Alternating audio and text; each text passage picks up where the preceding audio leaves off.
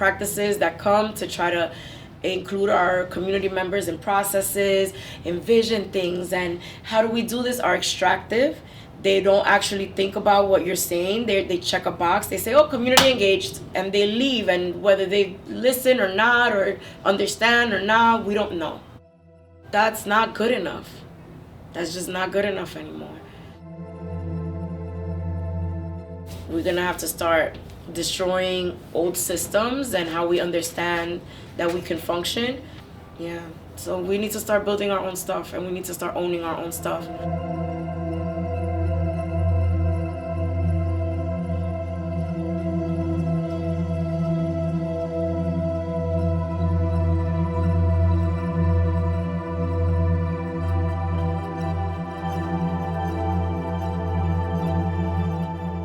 And so the founders of this organization, this was founded by Puerto Ricans in 1966, create UPROS to serve the unmet needs of the Puerto Rican community. And it's also, you're going through the 70s and you're going through the austerity and the neglect and the disinvestment in communities where Blacks and Puerto Ricans live, whether it's in the South Bronx or whether it's in South Brooklyn. What you see is rampant disinvestment and a move towards pushing us out. And the community was saying that they were concerned about asthma, upper respiratory disease, that they lived along the Gowanus Expressway, and that they would get up in the middle of the night to see if their children were breathing. And so we sort of organically go into environmental justice, and we start fighting the expansion of the Gowanus, we start fighting the siting of a 520 megawatt power plant, and we start winning. And we start thinking about integrating a climate lens into community-based planning. So now we have like 6 plots of land in this neighborhood that are being used by last mile facilities. One child having asthma in our neighborhood is too many children having asthma that's preventable. One. There's no way to measure the impact of one person in your home having asthma. The economic impact. You can't go to work. Your child has asthma, you can't go to work. You miss work. Now your check is affected. You might not be able to pay whatever bills. You might not be able to buy whatever your kid needs. You might lose your job. You might lose your home. There's no responsibility for them. There's no plan.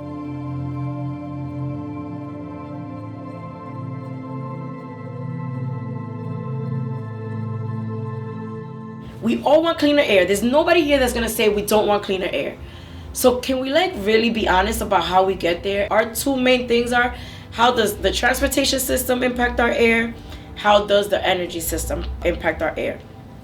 And then all around that is how are we using our green spaces? How is our waterfront being utilized, and can we access it? That's really frustrating.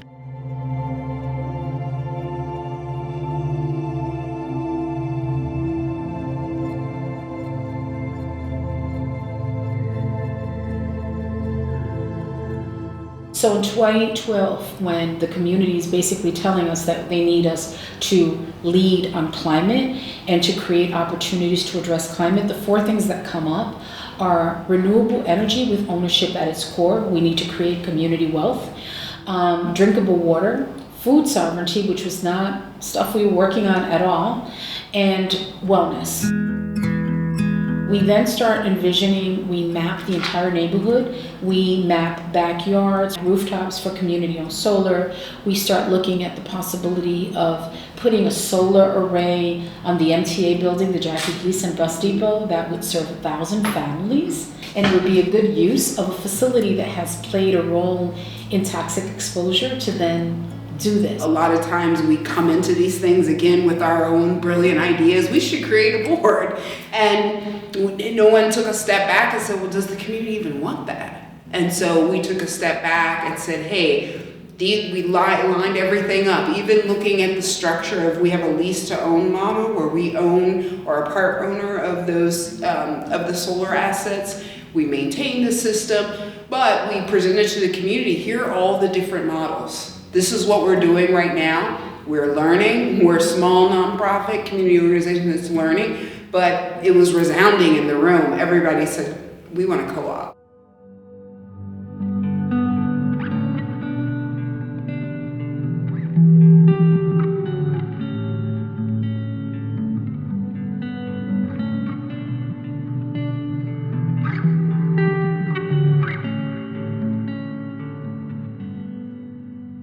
The climate change displacement map includes 4 layers that are overlapping. One of them are tenants who live in hurricane evacuation zones in the city. Another one are tenants that experience flooding during Hurricane Sandy. And then there's 2 social layers. The housing layer includes tenants who are paying a high rent burden, so a significant portion of their income on rent. And then the income layer are tenants that are earning below a certain income. Once you layer those different elements on top of each other, you can identify where the displacement zones are. The places where the people are most likely to be displaced aren't receiving the greatest attention and planning when it comes to infrastructure and emergency services, short-term or long-term planning. We know that the priorities of the state have put us at this point. They've created high cost burden for people, they've created barriers to building renewable energy, and they've created coastal vulnerability in our housing stock and our building stock. What you're seeing when you look at that is a decentralized plan for resilience. And it's saying, what resources do we have in the community now to become self-sufficient? We have resources to produce energy. We have resources to, produce some level of food. We have resources to house and to clothe ourselves. And they are currently being guided and controlled through a top-down planning process. And what that's done is create a situation where the community is not resilient to climate change. And so, communities want to show leadership to change that dynamic. They don't want to wait for the state to get their act together, and they don't want to be further exploited by the private sector.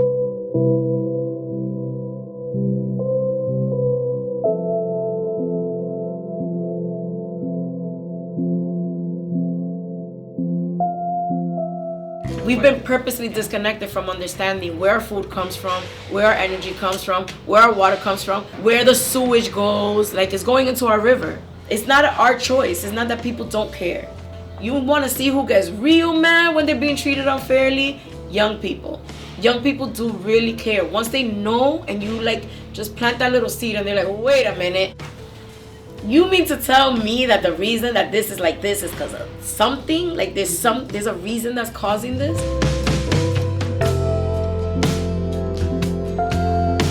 In cities, especially places like New York City, land is a huge issue, right? But at the same time, in industrial neighborhoods, which are often Black, brown, low-income, people of color neighborhoods, there are way more industrial land possibilities for public or community power than I think people tend to realize. In places like the South Bronx, there are dozens, if not hundreds of megawatts of solar power potential. The problem is who control those land, right? A lot of times these lands are owned and operated by private companies, many times often by fossil fuel interests or big corporations like Amazon and other sort of distribution networks or logistics companies that doesn't have a lot of rootedness in the community or doesn't have a lot of willingness to cooperate with the community. At the same time, the New York City Economic Development Corporation, being the largest zoning entity and one of the largest landowners in New York City that is supposedly a public benefit corporation and mostly publicly owned, operates more like a real estate company than operates like an arm of the city for development, which is a massive landowner in industrial neighborhoods like Red Hook or Hunts Point or Sunset Park.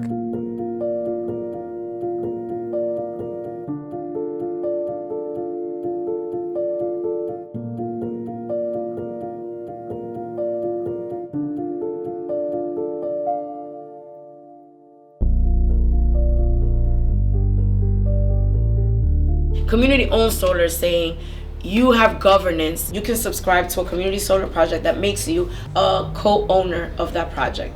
There will be opportunities to vote on how do we use some of the profit? When do we make repairs? How do we want to grow or not grow? Do we want to include another zip code now? Do we want to open this up to cooperatives or not just houses or to whoever, right? All those decisions and all that actual control and governance happens in a community-owned solar project. There's gonna have to be a coming together of people, of subscribers that are formulate a business with our support and they're able to control this. anything that's controlled by others, that leaves us out of how do we decide what is a fair price for our energy. Somebody else still owns the infrastructure, and someone else still decides the price. They get to decide how much they charge developers who want to build battery storage projects in our neighborhood. They're making money, and some of the way that they're wanting to raise our bills is to, one, make more money, and then two, to hire people to collect arrears and owed money. And I'm like, bro, like, are we not seeing that you're gonna spend money to try to collect money that people didn't have, and that's why they didn't pay you the money, when you could say this is a program where we're gonna forgive your arrears? Same shit, same thing. So like, if somebody else owns it, if somebody else controls it, we are always fighting back. And we're saying the solution to a lot of these issues is if we have to own it.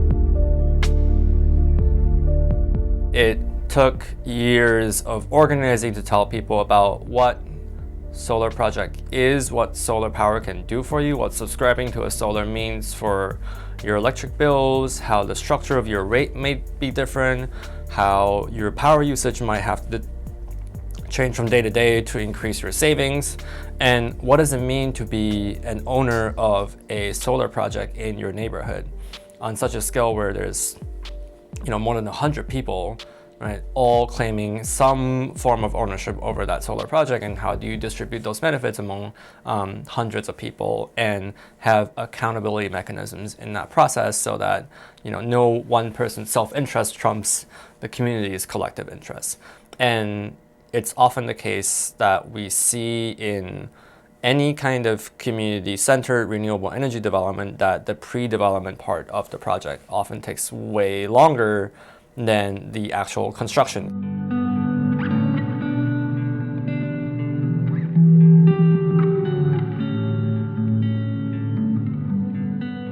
And then the other thing is, how do you create community wealth, and what does that look like, and how do you engage in co-governance? This is a community that is changing, and people that are most interested in these kinds of amenities are the most privileged, the people who know.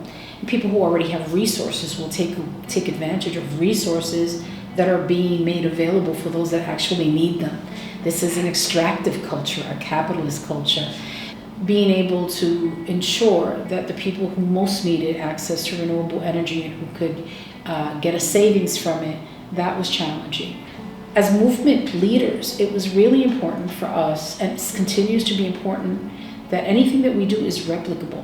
We can't be gatekeepers so that other communities that are similarly situated can just bounce and move forward with it.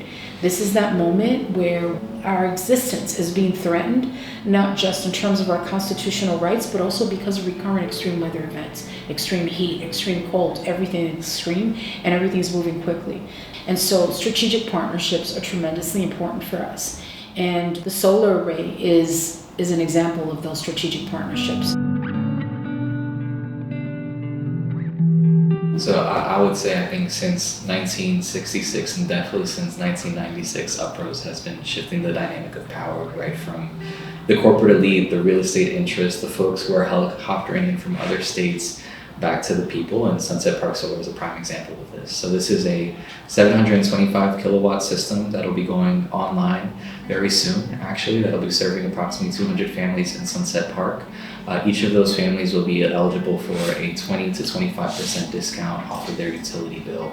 And so when we think about shifting the dynamics of power and generating community wealth, this is how you translate rhetoric into action, right? And so right now there is now the generation of wealth for community residents in Sunset Park who are subscribed to this project, who will now be able to decide where that revenue is invested within their community. So when you think about engaging community, there's no better way to engage community than making sure that we're actually implementing their vision. Like, this is something that was not born in a think tank or in like a policy silo, right? This is a response to the community's demand. If you capture anything in terms of how our organizations work, is that that the collective, that there's power in that, and that those institutions can't supplant community-based decisions. They're there to staff that community vision.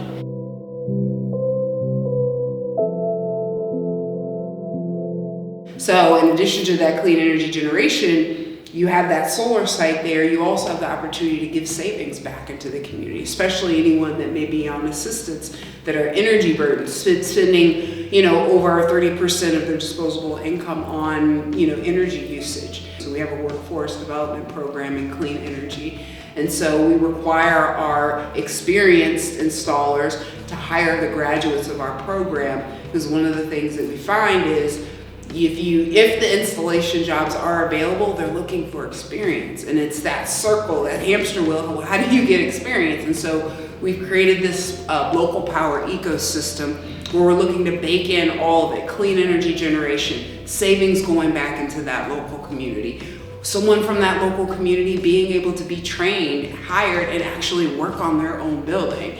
And then also lastly, developing a community fund so that a portion of those revenue and proceeds from that solar system that's an asset for 20, 25 years gets poured back into that community. So we see solar not only as a model for clean energy generation, but it also is a tool that can be used for community and economic mobility.